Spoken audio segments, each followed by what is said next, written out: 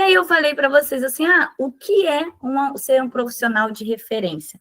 E aí eu trouxe algumas ideias para a gente pensar aqui durante o treinamento. O que é ser um profissional de referência para você? Para mim, eu pensei em várias coisas e trouxe aqui. Ter segurança técnica diariamente, né? É aquele profissional que tem a segurança técnica, que ele chega na instituição e ele já sabe o que é a atribuição dele, o que ele vai fazer, ele já tem um direcionamento, tá? Então, ele já tem uma segurança. Ele domina as legislações, ele sabe da RDC, né? Como exemplo, né? 502, ele conhece as normativas da LPI, os documentos obrigatórios. Inclusive, eu estava até aqui com o checklist dos documentos do MP. Quem aqui tem o checklist dos documentos do MP? É esse aqui, ó. Esse aqui é um checklist que eu preparei para as alunas da imersão, que aqui vem os principais documentos exigidos pelo Ministério Público, que aí já te dá um direcionamento também quando você chega na LPI. Não improvisa, tem clareza, já sabe do fluxo. Tati, qual o fluxo que eu vou fazer? Você ainda não pesquisou se tem um fluxo dentro da LPI. Se tem um fluxo da sua rede, se tem um fluxo estabelecido. Então, esse profissional de referência é um profissional que ele já sabe do fluxo, já conhece, ele não vai improvisar. Ele já procurou saber se tem um fluxo dentro da sua rede, dentro da instituição. Ele sabe do regimento interno, ele já leu o regimento interno, já leu as normativas, tá? Ele organiza a sua rotina semanal e mensal, com base nas prioridades que ele tem. Então, eu tenho alunas e mentorados que trabalham desde 8 horas por semana até profissionais que trabalham 40. Você concorda comigo que a profissional que trabalha 40 horas, ela que trabalha 8 horas, não vai fazer a mesma coisa do que a que trabalha 40, vice-versa, a que trabalha 8 horas não vai fazer a mesma coisa que a que trabalha 40, e a de 40 vai fazer a mesma coisa. Então, nós temos aí a nossa legislação, que é das 30 horas, mas eu sei também que eu dou aula para o Brasil inteiro, que eu tenho profissionais que vão um dia na semana, 2, e profissionais que vão praticamente todos os dias. Então, cada um tem uma realidade diferente. Ele precisa entender ali na realidade dele qual é a sua rotina semanal, qual é a sua rotina mensal com base nas prioridades que ele tem. É responder um ofício do Ministério Público, é fazer as organizações dos documentos, é fazer um projeto, é trazer um serviço novo para os idosos acolhidos. Então, é importante a gente pensar sobre isso. Ele também o quê? Ele constrói o plano de ação individual, individualizado, que é o PI, né? No caso, quem estava também no treinamento, na roda de conversa, o Tony falou um pouco mais sobre isso, mas é um documento que quem quiser pode utilizar, tem uma sugestão de documento no manual anterior da fiscalização do Ministério Público, né? Para quem está lá na imersão também tem esse mesmo material. Mas, é claro, a gente não precisa se prender a ele, mas ele é um direcionamento do que nós precisamos ter enquanto um plano de atendimento individual, tá bom? A gente já tem o quê? Uma postura mais crítica, reflexiva, né? Lembrando, gente, que nós atuamos o quê? Nas expressões da questão social. Então, provavelmente, se você já se formou, se você está aqui nesse treinamento, é uma assistente social que já completou a sua graduação, né? Não é uma estudante, talvez você não tenha feito ainda essa disciplina, nós trabalhamos, né, nas expressões da questão social. Então, nós precisamos entender como que esse idoso, né, como que é a história dessa pessoa idosa e o que ela traz para a gente ali no dia a dia, no cotidiano, né? As pessoas que têm uma melhor condição financeira não envelhecem da mesma forma daquelas pessoas que estão em situação de vulnerabilidade. Concordam comigo? Porque elas vão ter provavelmente mais acesso a transporte, a saúde, né? Melhor acesso à saúde, ao bem-estar em geral, educação. Então, são acessos que as pessoas têm durante a sua vida. E nós trabalhamos com pessoas idosas, ou seja, pessoas que têm 60 anos ou mais. Atualmente, até então, nós temos aí na nossa lei 60 anos ou mais. Então, entender como que foi feito, né? Como é que foram as etapas da vida dessa pessoa idosa. Porque ele é um idoso, mas ele é uma pessoa idosa. Então, ele passou por vários momentos da vida dele. E o que ele trouxe para a gente, como que o nosso trabalho vai contribuir na prática ali para ele, né? Vai muito além de você preencher o papel. Muita gente fala assim, assistente social preenche papel. Muitas vezes nós ficamos realmente bastante ocupadas em quê?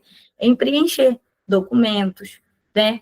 Fazer relatórios, responder às exigências do Ministério Público. Tem instituições que parece até que o assistente social da LPI trabalha para o Ministério Público, de tanto que o Ministério Público manda ofício, né? Eu sei como é que é.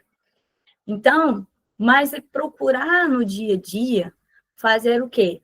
Interpretar essa realidade institucional, a realidade do idoso, para entender como que o nosso trabalho ele vai contribuir ali, tá?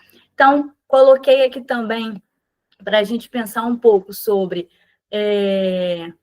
trazer aí a teoria com lente para fundamentar a prática. Eu, particularmente, Tatiane, não concordo, eu, profissionalmente falando, não concordo com o que muitas pessoas falam aí. Na prática, a teoria é outra.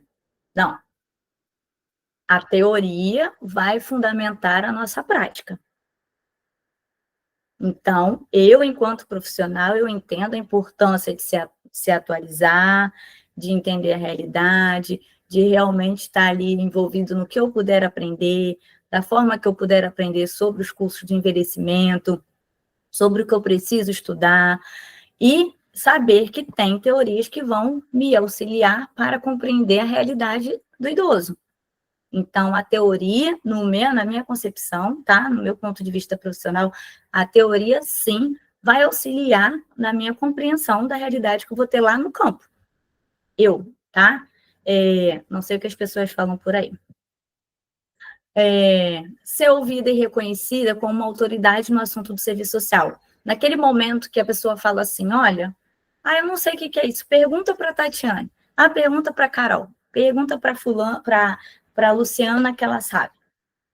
Então, quando as pessoas têm uma referência, quando ela é uma profissional de referência, as pessoas perguntam para ela, tem esse entendimento de que ela vai ter resposta. Às vezes ela nem tem a resposta, né? Porque por mais preparada que sejamos, por mais capacitada que estejamos, sempre vai ter alguma resposta que nós não vamos saber, né? Então, mas dentro do que nós estudamos, a gente vai estar o quê? Preparada para dar uma resposta. Tá ali, fulano, na pergunta para fulano que ele sabe. Então, saber responder o Ministério Público, as famílias, a coordenação com firmeza e conhecimento técnico, que é uma outra demanda que chega muito para mim. O meu gestor falou que eu não posso fazer isso. Eu posso. Aí eu falo para ela assim, o que está no regimento interno? O que está no nosso código de ética? O que está na documentação da instituição? Para eu poder dizer se você pode isso ou não. Então, a gente precisa entender quais são as bases que nós temos para argumentar o que você vai pedir para a gestão ou para você falar que não para a gestão. Porque se nós que estudamos 4, 5 anos, na maioria das vezes, não sabemos o que vamos fazer no nosso primeiro dia na LPI, seja sincero agora comigo. Você acha que o seu gestor, principalmente se não fosse formado em serviço social, você acha que ele vai saber exatamente o que você vai fazer se você não falar para ele? Então, os gestores pedem um monte de coisa, muitas vezes. E a maioria das vezes não é nem por dizer assim, é por maldade. Não, é porque eles não sabem quais são as nossas atribuições, quais são as nossas funções dentro da LPI.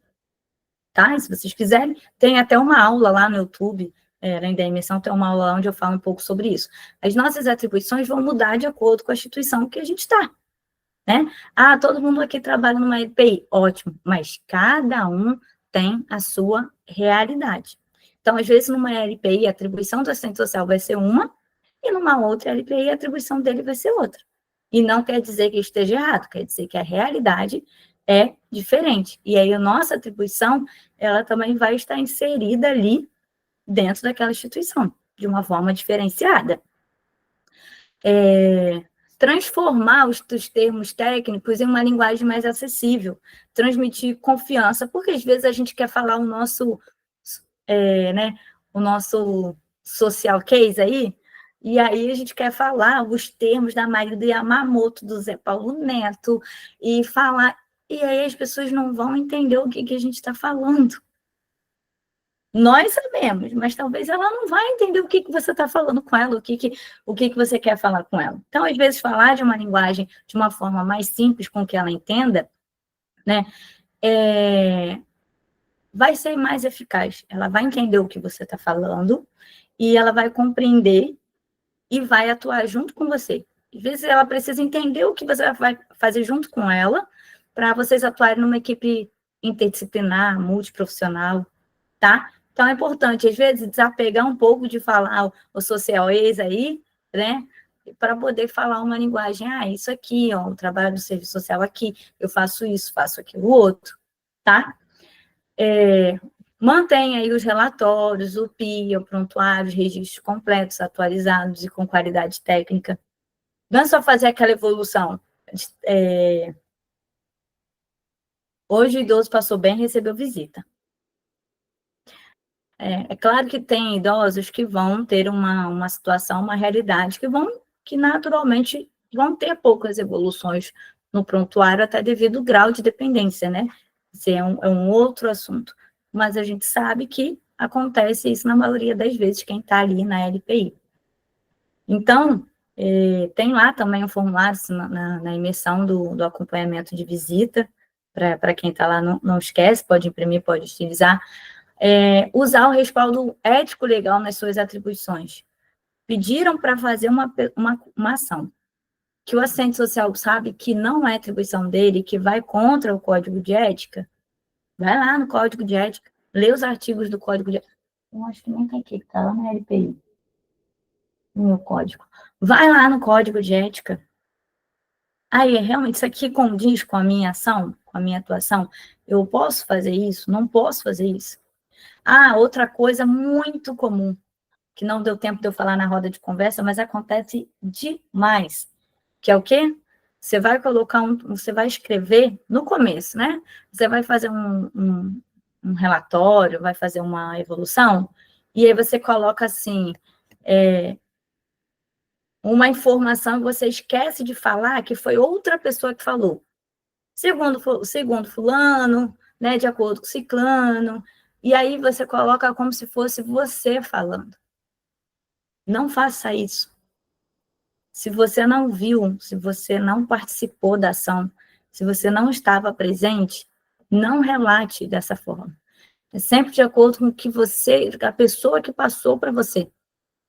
Até porque se você coloca isso num relatório, num documento oficial e precisa provar, porque eu já vi Ministério Público convocando assistente social,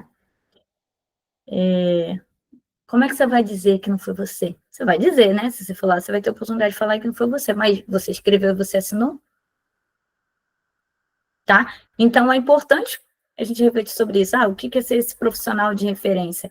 Isso são coisas do nosso dia a dia aí, de forma prática, que nós podemos atualizar, fazer uma mudança para ser esse profissional mais requisitado, mais valorizado. Utilizar o respaldo, falei, né? Atuar de acordo com o código de ética.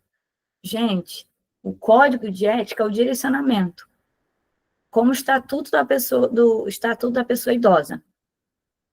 Está ali, na sua mesa, ou no seu celular, para você consultar sempre que precisar.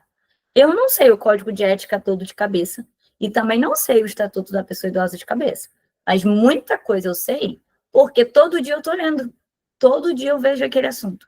Então, vou ler, vou planejar alguma coisa, vou lá no Estatuto. Então, é importante você ter ele lá, impresso do lado, lá na sua mesa, para consultar, no celular, no arquivo digital, tá? Outra coisa, evitar o quê? Sobrecarga assumindo funções que não não são do serviço social. Estão sabendo se posicionar. Por que eu estou falando isso?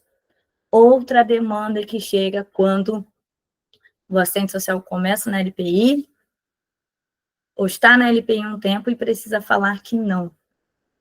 Mas quem está na mentoria já sabe que eu falo isso desde o primeiro encontro individual.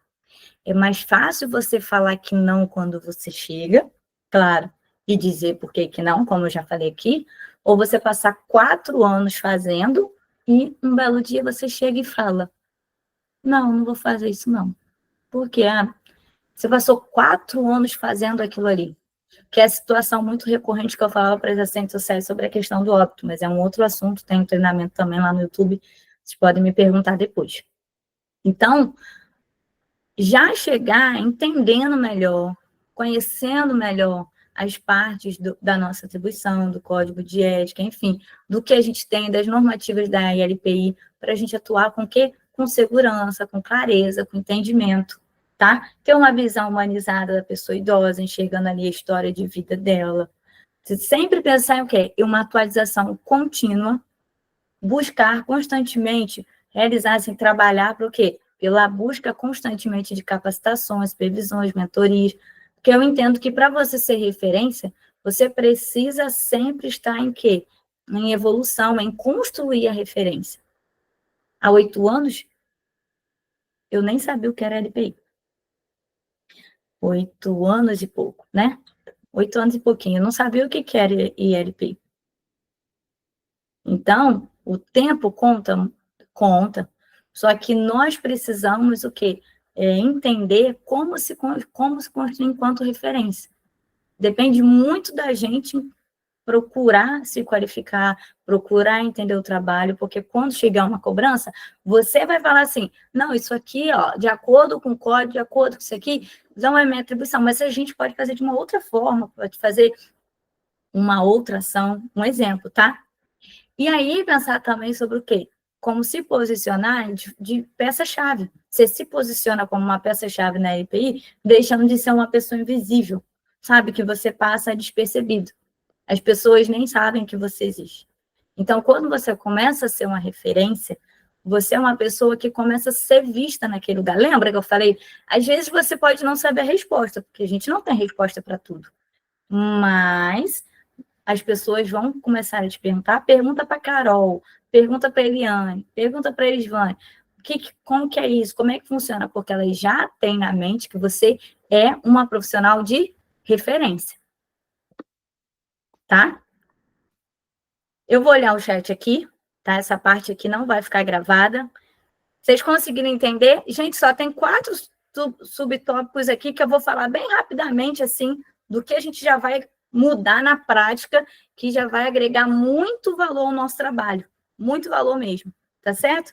Deixa eu ver aqui, agora no chat que eu estou olhando para vocês. Ana, você colocou no chat? Vou ler aqui, tá?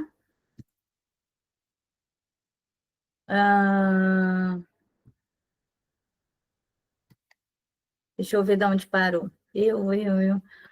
Referência, estou lendo aqui no chat. Participei da primeira reunião de equipe técnica. Olha que linda, Adriele. Gostei de ver. Gente, as profissionais da mentora chegam primeiro, antes de terminar o ciclo da mentoria, já participa, já realiza até evento com família, já participa, já faz treinamento. Eu sou a primeira assistente social da LP que estou trabalhando. Trabalho 4 dias por semana. Quando eu falei aqui da diferença, né? Então, tem pessoas que trabalham desde 4 dias e tem profissionais que trabalham um dia. Não me pergunta o que a profissional que trabalha num dia como consegue dormir pensando nas coisas que tem que fazer, né, no dia a dia, porque um dia é uma situação. Gente, ser a primeira assistente social da LPI é algo maravilhoso. E eu vou falar para vocês por quê.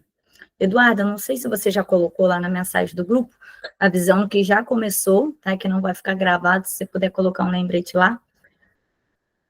Porque você já vai ali organizar de forma com que as pessoas já vão entender que a primeira assistente social, você já vai trazer um trabalho organizado, já vai falar do serviço social, vai trazer essa visão da profissão para eles, vai explicar, tá? Então, assim, é importante ser esse primeiro assistente social. Sabe por que eu falo isso?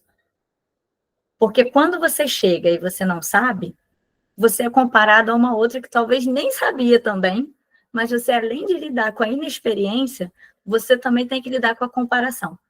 Então, são dois momentos. O primeiro, que você ele não tem a experiência, e o segundo, que anda junto, que você é sempre comparada. Ah, mas é porque a fulana fazia isso. Porque a fulana faltava dar remédio para os idosos, né? Porque tem assistente social que parece mais enfermeira do que assistente social. Só falta ali verificar uma técnica, só falta verificar ali a pressão arterial do idoso. Então, são várias funções aí e várias coisas que acontecem ao mesmo tempo. Então, quando você é assistente social, a primeira, e você está participando desse movimento, você está participando sempre de uma capacitação, de um treinamento, das imersões que eu faço, ou da mentoria, do curso, aproveita tudo, porque antes de eu trazer um treinamento para vocês, eu pesquiso, eu procuro saber se tem esse assunto, se não tem, entendeu? Então, fico dias focado nos treinamentos, para trazer algo que realmente vai, sabe, mudar a prática de quem está aqui comigo. Sim, sim, sim. Por mais que seja LPI, as demandas são diferentes, isso mesmo. É complicado quando a LPI não tem todas as documentações, é verdade, é complicado. Por exemplo, nesse checklist aqui, por que eu vejo esse checklist aqui? Porque o pessoal chegou na imersão perguntando, quais documentos eu tenho que ter? Quais documentos a instituição tem que ter? E aí, o que eu fiz? Eu, né, participei de umas 15 fiscalizações. Então, né, gente, eu já sei mais ou menos aqui, eu já tenho uma base dos documentos que o Ministério Público costuma pedir na LPI. Então, o que eu fiz?